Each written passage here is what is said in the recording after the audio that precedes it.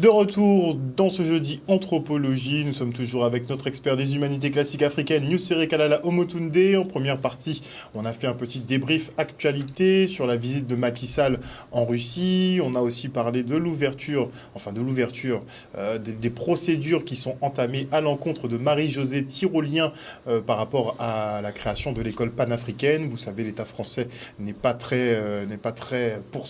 pour en fait, qu'on se le dise franchement, n'est pas pour l'ouverture de cette école, et donc on lui cherche un petit peu des noises, et là on en vient au cours du jour, à savoir l'origine africaine de l'Europe, professeur. Totalement. Alors je voulais justement rappeler l'ouvrage que j'ai écrit, Pélagia, l'histoire africaine de l'Europe, parce qu'il y a des choses qui sont dites, qu'on entend, et on peut pas continuer comme ça, c'est pas possible, hein, parce que il y a trop d'inexactitudes pour des gens qui sont des spécialistes.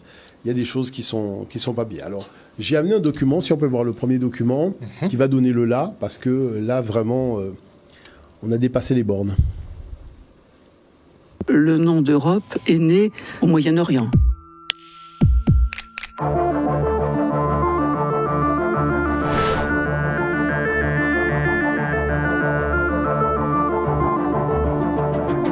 L'étymologie est obscure. Le nom d'Europe appartient probablement à une racine sémitique et désigne une région qui se trouve vers le couchant. Donc on voit bien que le nom d'Europe est né au Moyen-Orient. Le continent s'appelait Europe avant l'invention de la figure d'Europe. Les mythes sont étiologiques, c'est-à-dire explicatifs. Ils expliquent une réalité.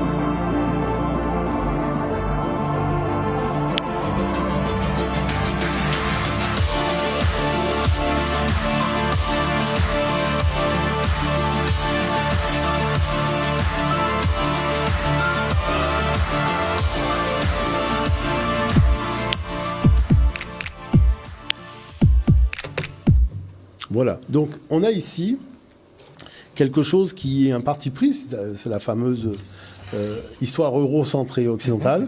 Cette mythologie, voilà, fondée sur rien. qui présente à la fois des iconographies, des peintures, et un récit qui n'est absolument pas la réalité. Et donc, c'est pour ça que je dis, il faut repartir sur la base. Si on peut voir le premier document, parce que quand on a cherché à découvrir l'ancêtre des Européens. Donc c'est au niveau de la Roumanie, on a trouvé un crâne qui est remonté à 40 000 ans. À partir de ce crâne, on a fait la reproduction, donc ce sont des spécialistes qui ont fait la reproduction pour voir un peu la morphologie faciale et l'aspect qu'aurait cet individu s'il serait devant nous. Voyant le document, vous allez commencer à comprendre quelque chose.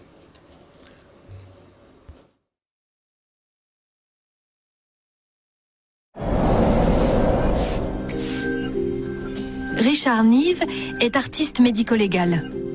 Sa spécialité est la reconstruction faciale et il collabore régulièrement avec la police criminelle.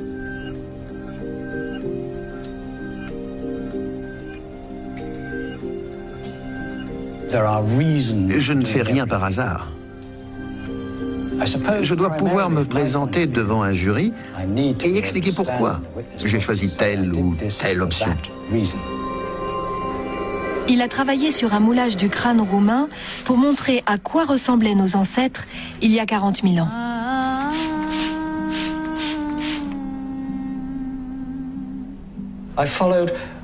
J'ai fait la reconstruction dans les règles de l'art.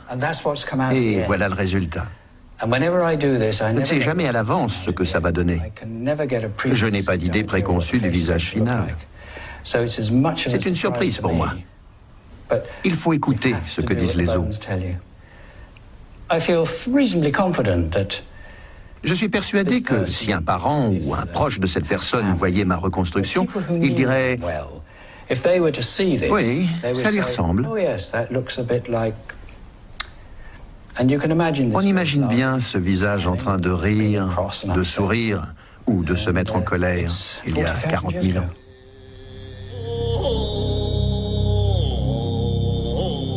Voilà. Donc ça, c'est déjà la première approche pour le crâne donc de 40 000. Bon. Il faut savoir que l'Institut Max Planck en Allemagne a pris un crâne de 8 000 ans. C'est-à-dire, nous sommes là c'était la première migration africaine, nous passons à la deuxième. Et le paradoxe, c'est quand même assez saisissant.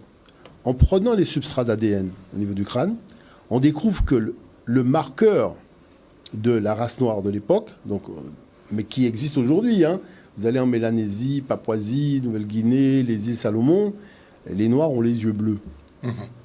Et donc, avec la migration, les cheveux crépus ont commencé à devenir lisses, voire blonds.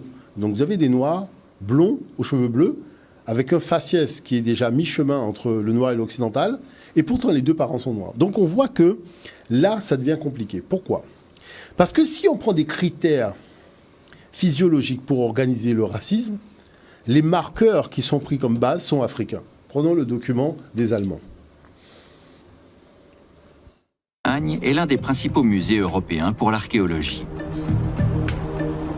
J'ai rendez-vous avec le professeur Johannes Krause. Il dirige l'Institut Max Planck, spécialisé dans l'histoire de l'humanité, et il est doué d'une faculté fascinante. Il sait lire l'histoire des migrations dans l'ADN. Assisté par une équipe d'archéogénéticiens, il a passé au peigne fin des milliers de fragments d'ADN des premiers Européens.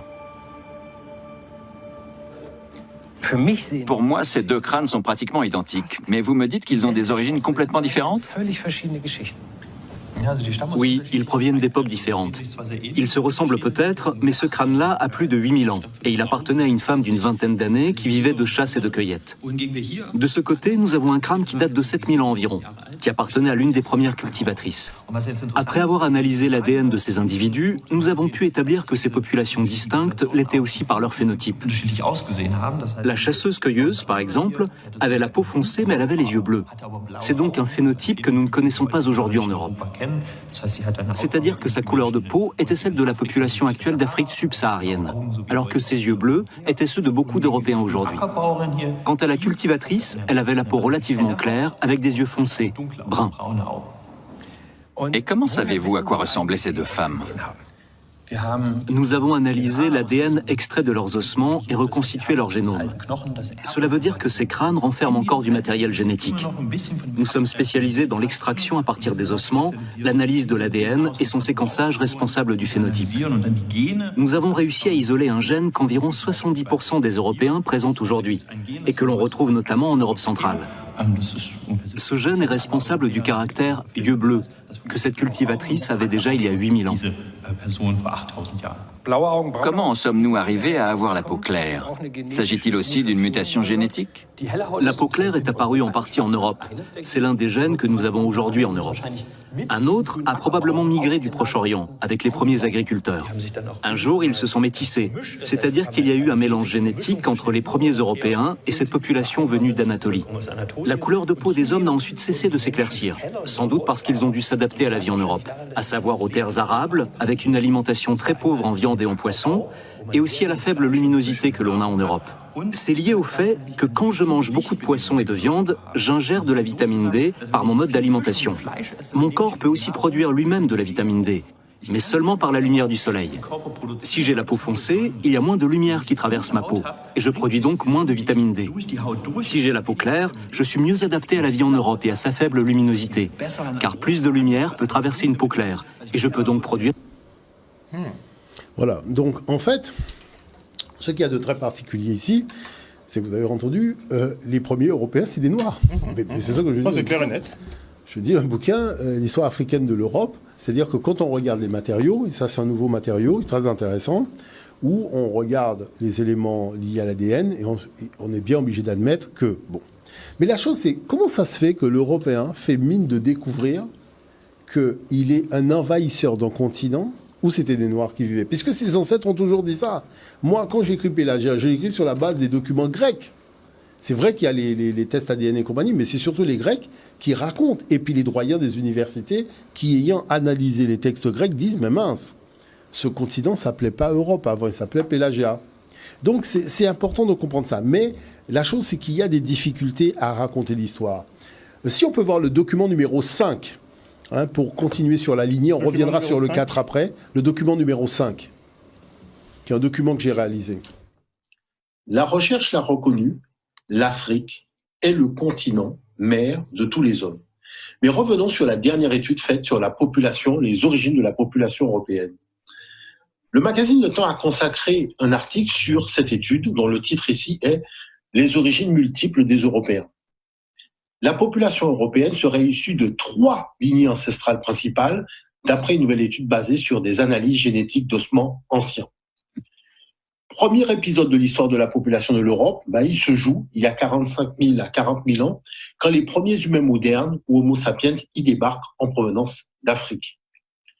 Deuxième grand acte de l'évolution humaine en Europe, l'arrivée, il y a 8 000 ans, des premiers agriculteurs, donc originaires du croissant fertile.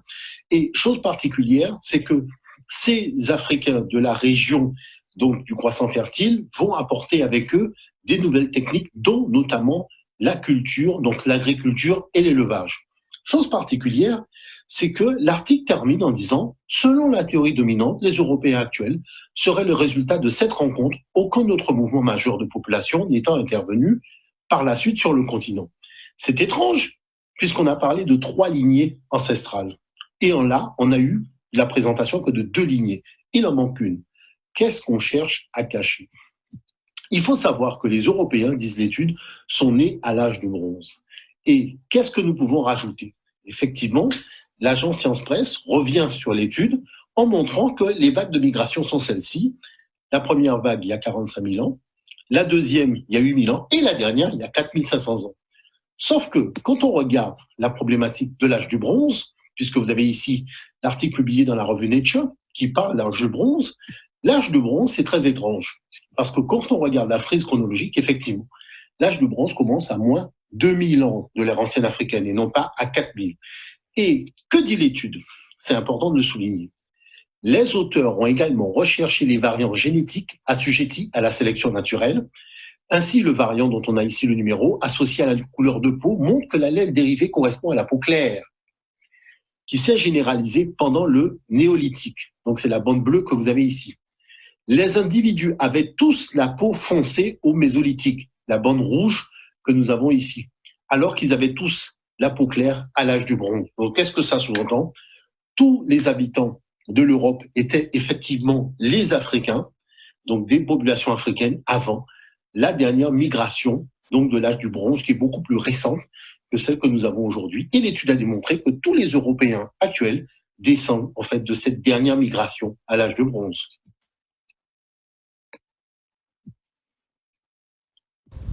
CQFD. Voilà, donc qui fait que, voilà la réalité, mais on voit que même l'article a du mal à traiter la chose. Donc en fait, la réalité, c'est qu'on falsifie des deux côtés. C'est-à-dire qu'on va falsifier du côté du monde africain, mais on va falsifier aussi du côté du monde européen. Donc le problème, c'est qu'après, c'est difficile d'arriver de dire que voilà, la version africaine est fausse, la version européenne est fausse. Parce que sur la base de la documentation, il faut une corrélation scientifique. Et la corrélation scientifique, on ne l'obtient pas parce que les gens s'écartent beaucoup trop de la science. Comme le temps passe vite, est-ce qu'on peut mettre le document numéro 6 ? C'est une conférence au Collège de France, réalisée par un historien chevronné. Regardez comment il parle d'Europe, cette fameuse femme africaine qui a donné son nom au continent européen. Écoutons ce que ce monsieur dit et après on va faire la zone d'explication. Document numéro 6. Qu'est-ce qu'est l'Europe ? Grande question. Aujourd'hui, nous la posons dans un contexte bien grave, mais elle est toujours valable parce que cette identité a changé depuis les débuts. Et par les débuts, j'entends ce mythe grec de la princesse africaine Europe qui est enlevée et emmenée dans un site où elle va fonder le continent que nous appelons Europe. Donc, j'adressais cette question un peu trop longuement dans ma conférence inaugurale, mais il me semblait important d'essayer de comprendre qu'est-ce que ça veut dire pour nous aujourd'hui. Et ce n'est pas le même sens que ce mythe avait pour les Grecs et pour les Européennes qui ont suivi les Grecs.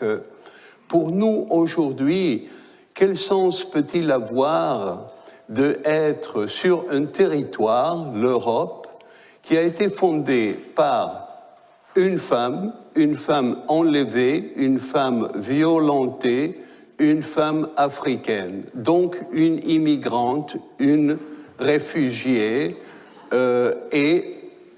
nous allons voir qu'il y a tout un vocabulaire lié à cette conception.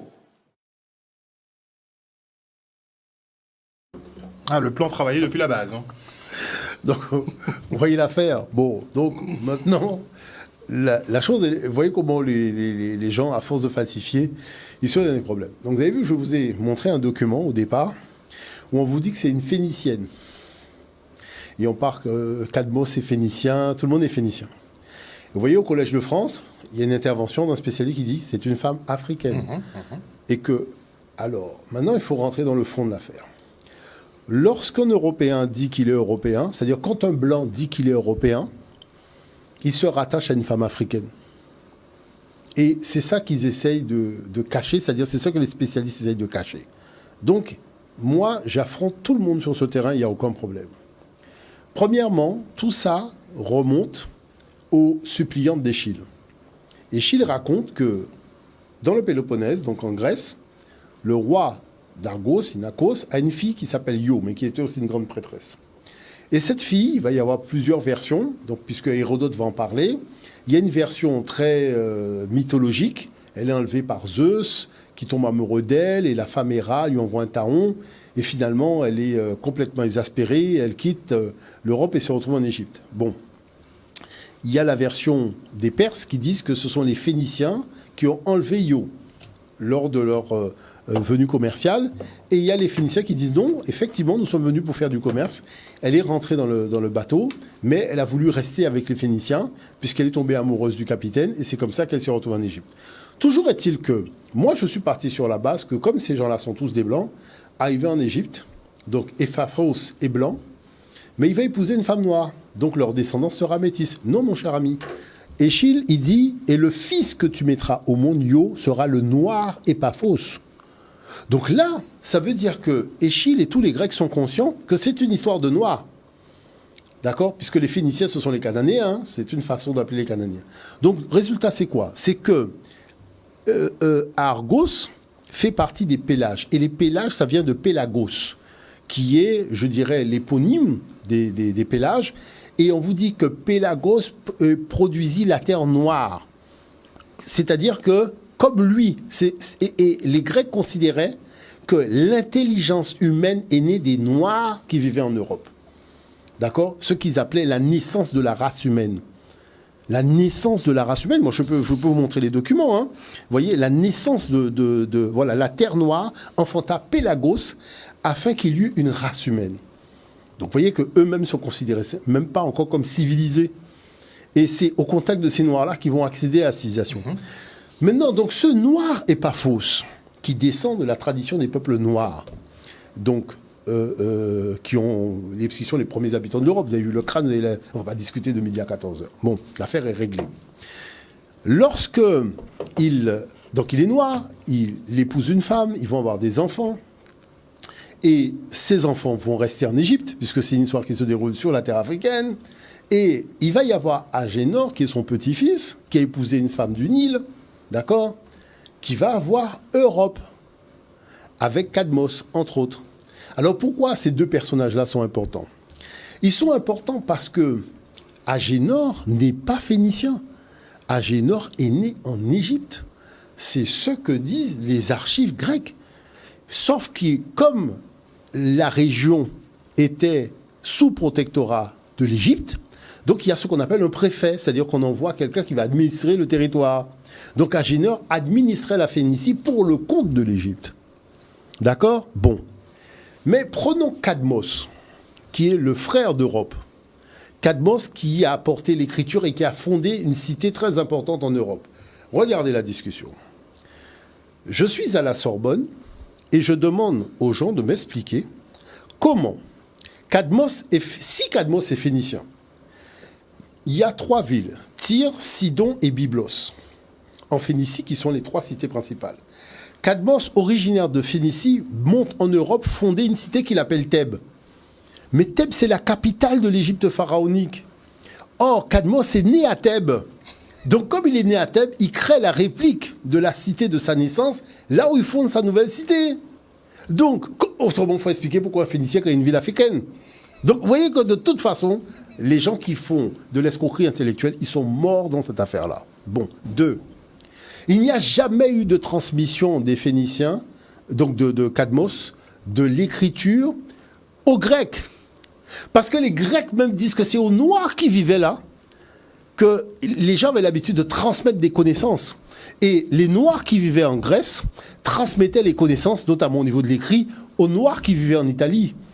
Et c'est pour ça que je dis, il ne faut pas oublier que les Noirs qui vivaient en Italie, c'est eux qui sont à l'origine de ce qu'on appelle le latin. Et que lorsque les Européens sont arrivés, alors on peut régler l'affaire très rapidement. Vous savez qu'on dit alpha, bêta, gamma au niveau de la Grèce, et au niveau de l'Italie, on dit ABC. Alors, vous voyez qu'il y a cette différence au niveau du G. Parce que les Noirs qui vivaient en Italie ont remplacé le G par le C. Et qu'est-ce que les Européens, donc qui arrivaient à l'époque, les envahisseurs, eh bien, ils ont adopté le C. Mais ceux qui sont restés en Grèce ont adopté le G. Donc, vous voyez l'aspect, ils sont tributaires de la culture africaine à tous les niveaux. Donc, du coup, maintenant, ce qu'il faut dire, c'est qu'Europe n'a jamais été en Europe. Parce que les historiens grecs disent que Europe a été enlevée par les Crétois. Et ce sont les Crétois qui l'ont enlevée et qui l'ont emmenée en Crète. Et donc c'est pour ça que l'erreur commise par son frère qui est parti à sa recherche, donc ses frères, c'était d'aller la chercher en Europe en pensant qu'elle était en Europe alors qu'elle était en Crète. Et c'est parce qu'il ne l'a pas trouvé qu'il a fondé la cité de Thèbes. Mais il n'en demeure pas moins que l'histoire a été tellement marquante, ça a été un marqueur tellement fort pour le début de l'invasion des Caucasiens en Europe, que ne sachant pas quel nom donner à ce territoire, eh ben, tout simplement, ils ont repris le nom que les autochtones ont dit, c'est-à-dire les Pélages, et ils ont repris un nom nouveau qui est Europe, qui émane d'une histoire qui concernait les Pélages et les Égyptiens déplacés en Phénicie. Donc, c'est-à-dire que soit on se dit un petit peu sérieux et on raconte une histoire sur la base de la documentation, de la science, de l'ADN et de tout ça, soit on fait de la facétie, et ça veut dire qu'on ment à la jeunesse européenne, mais aussi on ment à la jeunesse africaine. Donc, je pense qu'il faut, sur cette base-là, que tout le monde se rassure et tout le monde se calme. Un Européen, quand il dit « je suis européen », c'est ça, d'avoir fait le racisme et d'avoir joué à la race supérieure. Quand tu dis tu es européen, tu reconnais descendre d'une tradition africaine qui t'a donné l'écriture, qui t'a donné l'architecture, qui t'a donné les sciences, qui t'a donné la royauté, puisqu'il ne faut pas oublier que les premiers Européens qui sont arrivés, les envahisseurs, ont dit que le peuple qui a porté l'intelligence dans leur histoire, c'est le peuple noir, les Pélagiens, donc les Pélages qui vivaient en Europe. C'est écrit noir sur blanc. On peut montrer. Et il y a beaucoup de doyens d'université qui ont fait des documents là-dessus et qui l'ont explicité. Donc voilà la réalité, c'est ça la vraie trame de l'histoire. Et je dirais que tout le reste n'est que facétie. Alors, mythologie, n'est-ce pas? Voilà. Histoire inventée. Merci beaucoup, professeur, pour le cours de ce soir. Chers téléspectateurs, on se retrouve jeudi prochain pour un nouveau jeudi anthropologie avec New Série Kalala Omotunde. Une bonne soirée à vous. Bisous tout le monde.